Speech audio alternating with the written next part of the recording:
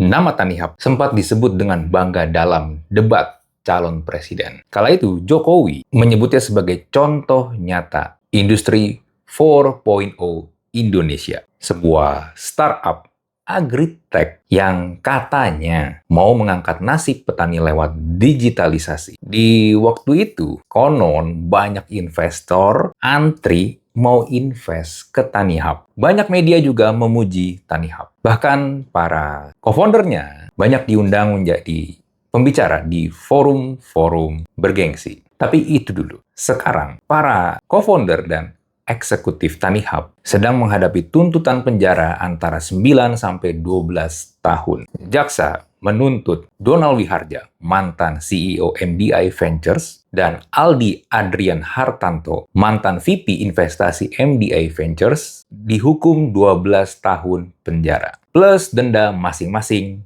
1 miliar rupiah. Lalu juga ada Niko Wijaya, mantan CEO BRI Ventures, dituntut 11 tahun penjara. Dan William Gozali, mantan VP Investasi BRI Ventures, dituntut 9 tahun penjara. Lalu juga ada Ivan Ari Sustiawan, mantan Presiden Direktur Tanihub, dituntut 12 tahun penjara. Nah, setelah tuntutan ini dibacakan, muncul pertanyaan dari publik, terutama untuk tuntutan kepada para venture capital dari MDI Ventures dan BRI Ventures. Apakah keputusan melakukan investasi ke sebuah perusahaan yang ternyata rugi, bahkan berujung fraud, sama dengan tindak korupsi? Mari kita bedah bareng-bareng di episode kali ini. Tentang Tanihub, ini sebenarnya gue sudah pernah bahas.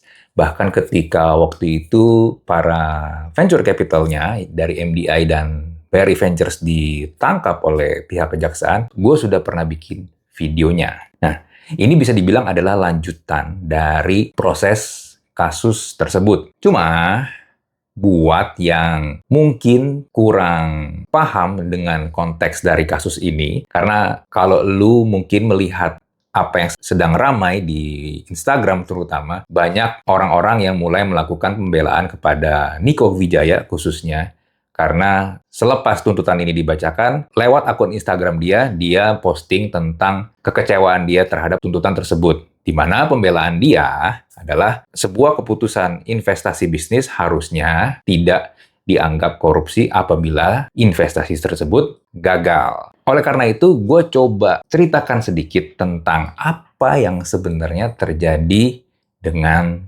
Tanihub. Karena awal mulanya dari startup tersebut. Jadi gini, Tanihub itu berdiri tahun 2016. Dengan misi mereka ingin menghubungkan petani langsung ke pasar. Jadi mereka tuh ingin memotong rantai tengkulak yang selama ini menggerogoti margin petani. Ya walaupun sebenarnya fungsi Tanihub sendiri juga menjadi middleman juga di tengah-tengah. Tapi tujuan mereka mungkin lebih baik dan tidak sesadis apa yang dilakukan oleh para tengkulak yang gila-gilaan menge-charge biaya ke petani. Sehingga petani cuma mendapatkan hasil yang ya bisa dibilang jauh dari kata memuaskan. Model bisnisnya secara sederhana itu adalah mereka membuat platform e-commerce untuk produk pertanian. Baik itu model bisnisnya B2C maupun B2B. Dan seiring waktu, Tanihub ini akhirnya berkembang menjadi besar dan dibentuklah sebuah grup yang dinamakan Tanihub Group dengan beberapa entitas. Yang pertama tentu saja Tanihubnya sendiri, e-commerce produk pertanian. Lalu yang kedua mereka membentuk Tani Supply yang di sini fungsinya adalah untuk logistik dan distribusi untuk para petani. Lalu yang ketiga Tanifund. Tanifund ini adalah platform P2P lending untuk modal kerja petani. Jadi bisa dibilang secara ekosistem agrikultur, ini bisnis bisa dibilang lengkap. Dan semuanya itu terdigitalisasi. Dan puncak kejayaan Tanihub bisa dibilang itu antara tahun 2019 sampai 2021. Ya, setidaknya dalam konteks mendapatkan investor. Di tahun 2019, MDI Ventures dan BRI Ventures bersama-sama menggelontorkan investasi senilai 25 juta US dollar atau sekitar 400 miliar rupiah. Nah, investasi inilah yang sekarang menjadi pusat dari kasus korupsi yang sedang ramai disorot. Oh ya, satu hal, MDA Ventures itu adalah anak perusahaannya Telkom. Dan BRI Ventures adalah anak perusahaannya BRI. Jadi, dua venture capital ini pada dasarnya adalah BUMN. Nanti gua akan bahas kenapa BUMN bermain menjadi venture capital itu adalah sebuah langkah yang menurut gua sangat tidak tepat dan tidak bijak. Oke, lanjut ya.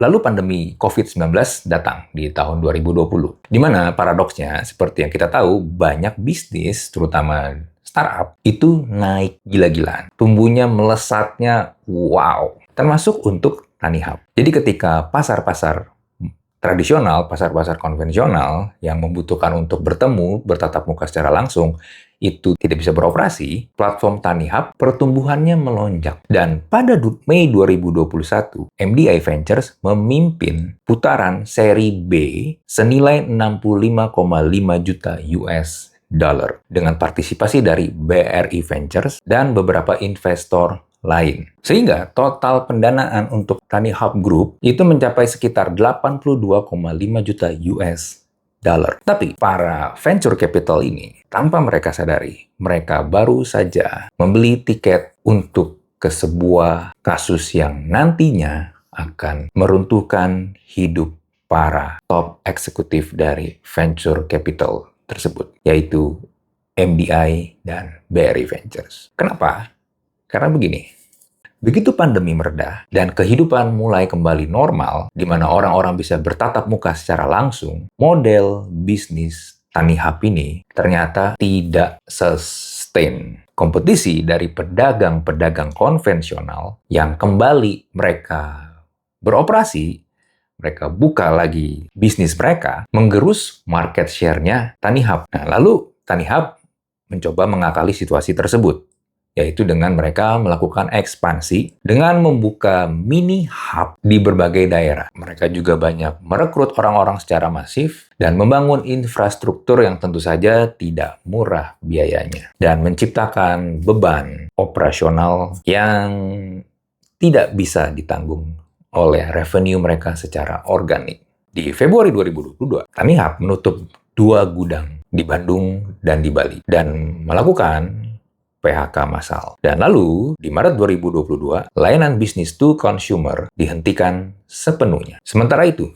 TaniFund, P2P lending yang tadinya dijadikan solusi untuk pinjaman modal para petani, mulai ambruk. Tingkat non-performing loan mencapai 64%, yang artinya hanya 36% dari pinjaman 90 hari yang dilunasi oleh para peminjam. Di mana angka tersebut dalam dunia keuangan adalah sebuah bencana. Dan akhirnya di Desember 2022, para lenders dari TaniFund mengajukan gugatan karena uang yang mereka sudah taruh di dalam TaniFund tersebut tidak bisa mereka tarik. Lalu di 2023, OJK menjatuhkan sanksi dan meminta TaniFund untuk membenahi diri. Tapi sayangnya, TaniFund gagal memenuhi persyaratan tersebut. Manajemen bahkan menyalahkan kegagalan panen karena faktor alam. Lalu di Mei 2024, OJK resmi mencabut izin usaha TaniFund dan memerintahkan untuk TaniFund melakukan likuidasi. Dan saat itu,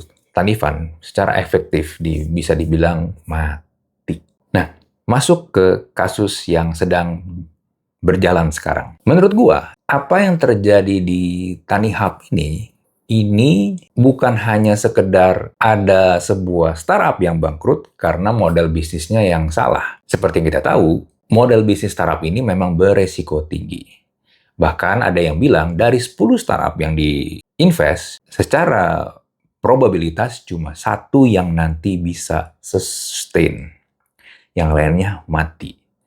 Jadi, cuma 10% kemungkinan startup ini bisa berhasil. Nah, di kasusnya TaniHub ini, yang gue lihat, jaksa tidak saja mendakwa para terdakwa ini karena keputusan bisnis yang buruk, tapi ada dua hal.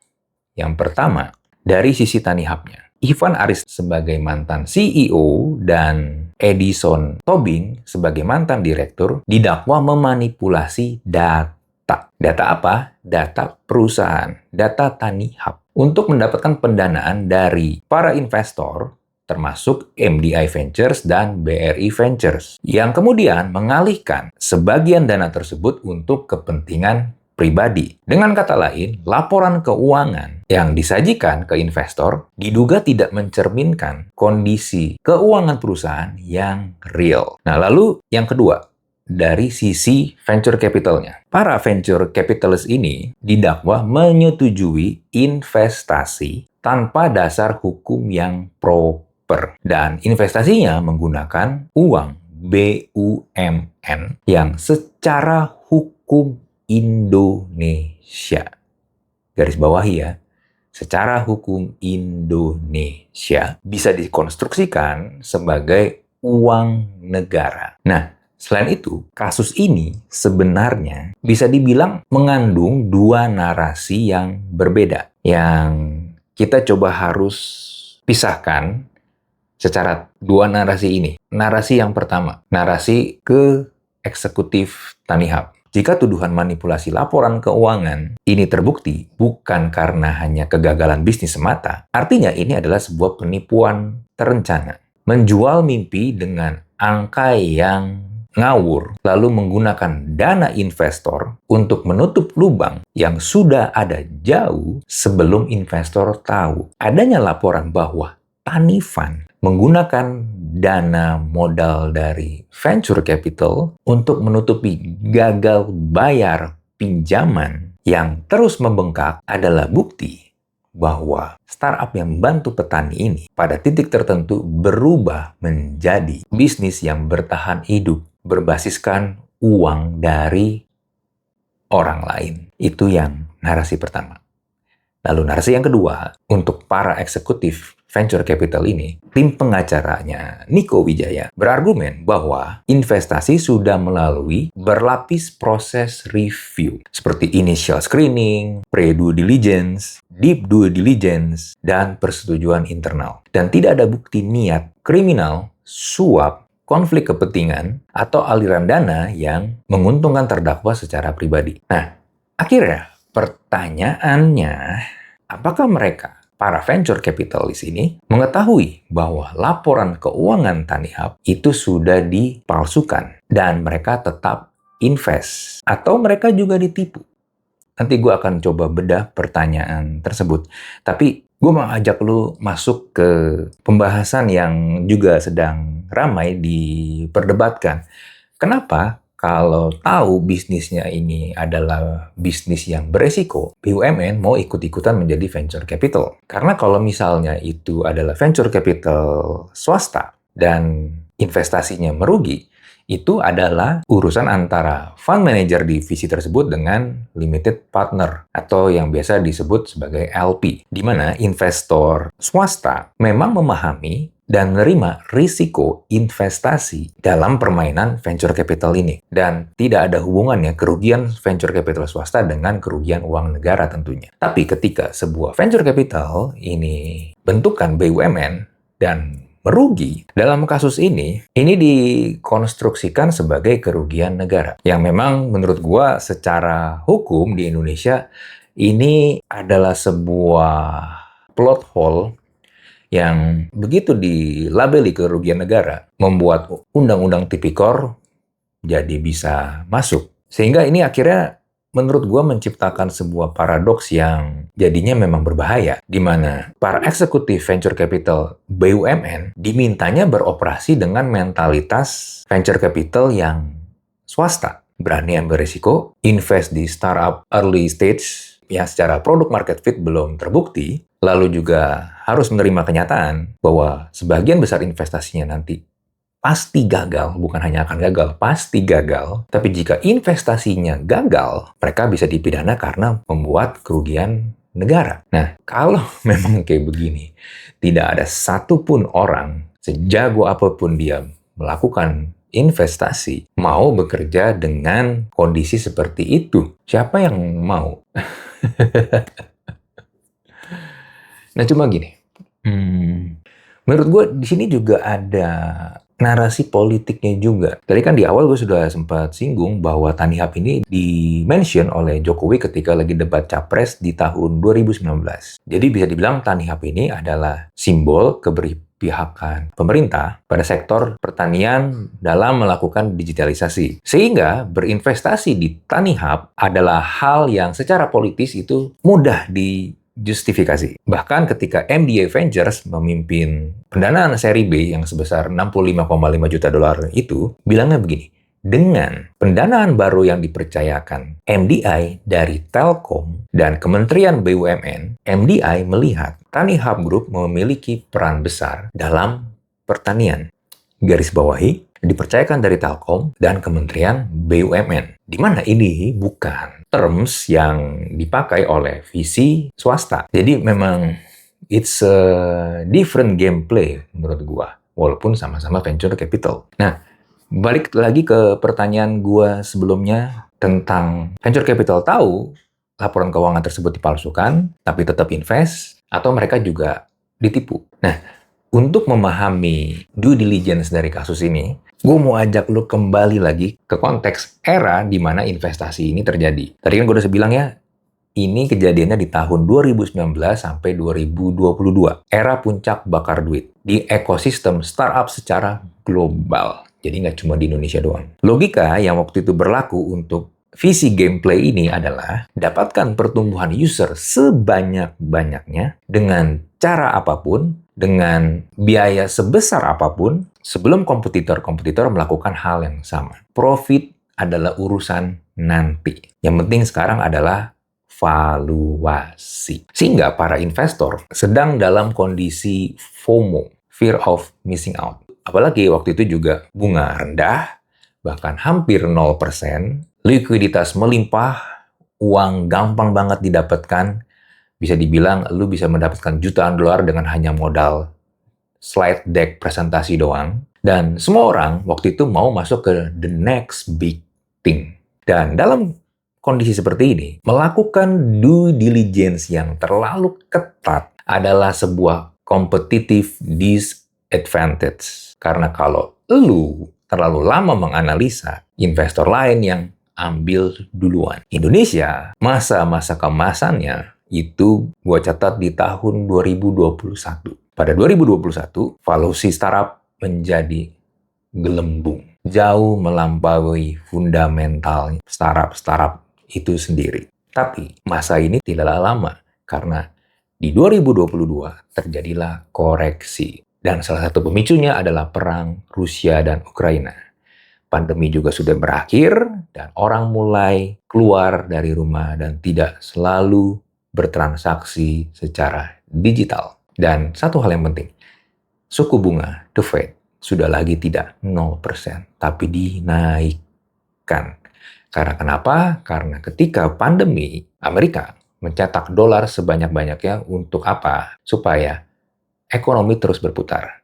Tapi kalau terus-terusan dibiarkan, bisa menjadi inflasi. Sehingga the Fed menaikkan suku bunga. Disitulah startup mulai mati. Lalu yang paling penting, dan juga paling sering diabaikan, kenyataan bahwa bakar duit itu kadang bukan inisiatif sepihak dari founder startup-nya. Karena startup melakukan bakar duit itu sejalan dengan harapan dari para investornya. Di sini adalah venture capital yang menginginkan pertumbuhan bisnis yang cepat. Jadi investor mendorong growth, startup-nya mengejar growth dengan cara apapun, lalu investor senang dengan angka growth tersebut, lalu invest lebih banyak. Yang sial ya ketika, seperti yang tadi gue bilang, COVID selesai, hal ini tidak bisa lagi dilanjutkan. Jadi kalau mungkin mereka berharap, oke lah sekarang nggak apa-apa rugi, oke lah nggak apa-apa mungkin angkanya ada yang ngaco, tapi kan nanti bisa lagi mencari pendanaan berikutnya sehingga yang tadinya udah angkanya jelek, yang rugi-ruginya parah bisa ditutupin karena mendapatkan pendanaan berikutnya. Tapi itu semua tidak terjadi. Dan celah di Tanihub sendiri, menurut gua, terlepas dari tekanan era bakar duit yang waktu itu sangat sistematik, ada beberapa celah Yang pertama adalah jatuh cinta dengan narasi Tanihub itu sendiri. Tanihub menjual cerita yang sangat kuat, teknologi untuk petani, dan disebut-sebut oleh Presiden Jokowi. Narasi yang menurut gue terlalu bagus secara psikologis sehingga mempersulit orang-orang untuk bisa kritis terhadap bisnis tersebut. Dan investor-investor yang sudah komit pada misi sebuah startup cenderung lebih permisif walaupun dia melihat ada red flag di startup tersebut. Lalu celah yang kedua adalah kondisi Tani Fund yang seharusnya sudah terdeteksi lebih awal. Series B 65,5 juta dolar itu ditutup pada Mei 2021. Tapi sebenarnya masalah Tani Fund ini mulai terlihat sejak awal 2021, di mana tingkat non-performing loan-nya itu tidak normal dan sudah mulai banyak kasus gagal bayar. Nah, kalau memang ada due diligence yang solid, seharusnya memeriksa seluruh entitas Tanihub Group, termasuk Tani Fund. Karena gini, jika kondisi Tani Fund itu sudah mengkhawatirkan dan masih tetap tidak terdeteksi, ada dua kemungkinan menurut gue. Yang pertama, due diligence-nya memang tidak sampai ke sana, atau mungkin sudah sampai ke sana tapi diabaikan. Lalu celah yang ketiga, herding di antara co-investors. Jadi gini, MDI dan BRI Ventures berinvestasi bersama-sama. Dalam co-investment, ada resiko masing-masing pihak terlalu bergantung pada due diligence pihak yang lain. MDI udah cek, pasti beres lah. Lalu di pihak yang satunya lagi, BRI Venture sudah cek, ya harusnya oke. Dan sebenarnya fenomena herding ini bukanlah kejadian yang pertama.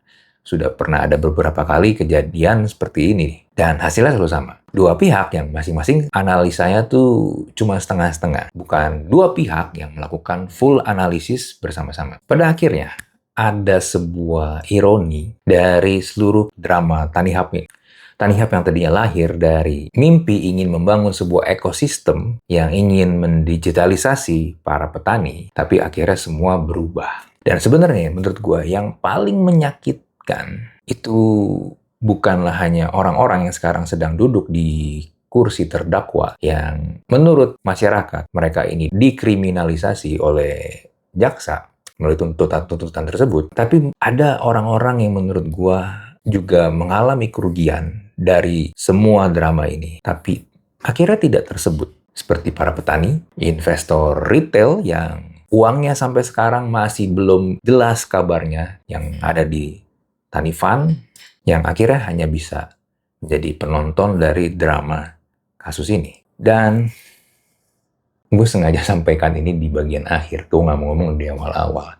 Dari semua orang yang terlibat di kasus ini, ada satu sosok yang menurut gua sampai sekarang tidak tersentuh sama sekali di kasus Tanihub ini. Padahal kalau melihat secara timeline-nya, menurut gua harusnya dia tahu tentang permasalahan ini. Harusnya dia ikut bertanggung jawab dalam kasus ini. Tapi so far dia aman-aman aja, lepas. Padahal secara posisi, secara kedudukan, dia memegang posisi yang krusial. Tapi kenapa dia aman-aman saja ya? We never know. Nah, vonisnya itu kan dijadwalkan kalau nggak salah 10 Juni. Di awal Juni itu para terdakwa akan membacakan pledoi. Menurut gue gini, buat yang sekarang di kursi terdakwa, terutama para eksekutif di venture capital, gue punya saran. Memang gue melihat ada yang memang mencoba menarik simpati publik terhadap kasus yang menimpa dirinya, which is not wrong. Dan di beberapa kejadian pun, seperti misalnya di Amsal Sitepu, dia bisa mendapatkan keadilan dari kasus yang dia alami. Cuma, viralitas itu kan tidak menjamin sebuah keadilan.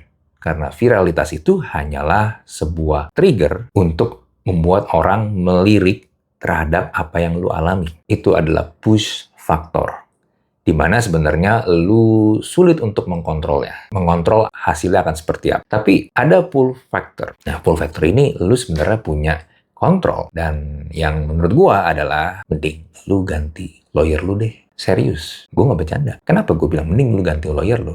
Karena kalau memang fakta-fakta dan bukti-bukti yang lu sampaikan memang lu tidak punya niat untuk melakukan kejahatan keuangan tersebut, seharusnya lawyer lu itu bisa memenangkan kasus ini. Lu bayar lawyer untuk membela elu supaya elu tidak dipenjara. Tapi kalau misalnya ternyata lawyernya tidak bisa menolong banyak ke elu, udah lalu bayar, lu masih tetap dihukum. Iya kan? Menang kalah lu tetap harus bayar. Nah, sehingga menurut gua, apapun nanti keputusan hakim, ya coba lu mungkin boleh pertimbangkan untuk mencari lawyer lain kalau lu mau naik banding. Lawyer yang lebih bagus. Oke, itu dari gua. Seperti biasa, kalau lu mungkin punya pertanyaan, lu punya opini, silakan bisa langsung tulis di kolom komen. Kita jumpa lagi di Thinking Room episode berikutnya. Bye.